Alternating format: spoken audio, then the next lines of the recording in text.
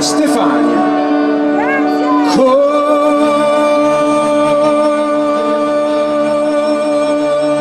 Così quando il sole muore, fiore perdi il tuo colore, le qualità che ti hanno reso vero, ma chi lo dice che il fiore è vero? Come un popolo sotto pressione, come un asino sotto il bastone, come un bimbo sotto l'educazione, come uno schiavo sotto il padrone. Così quando il sole muore, fiore perdi il tuo colore, le qualità che ti hanno reso vero, ma chi dice che il fiore è vero? Come il corpo sotto la morale, come il lavoro sotto il cartale, come il diverso sotto l'uguale, come l'imprevisto sotto il normale. Così quando il sole muore, fiore perdi il tuo colore, le qualità che ti hanno reso vero, ma chi dice che il fiore è vero?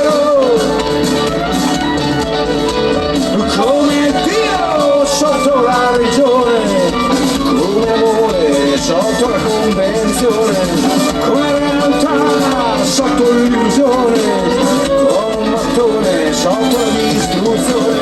Così quando il sole muore, fiore perdi il tuo colore, le qualità che ti hanno reso vero, ma chi dice che il fiore è vero? Ma chi dice che il fiore è vero?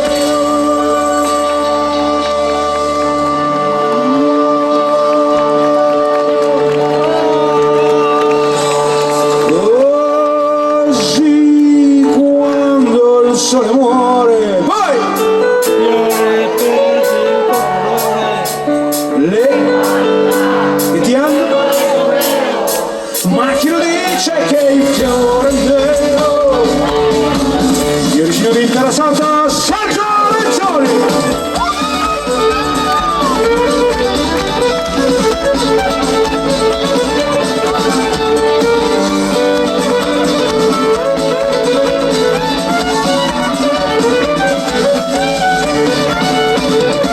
Alla batteria signor Daniele Campari.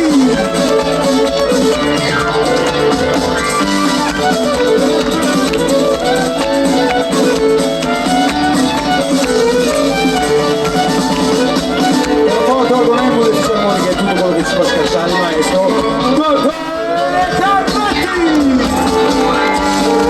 Qualcuno scoprire il mondiale, Nemo alla chitarra e Yuri Cigliari.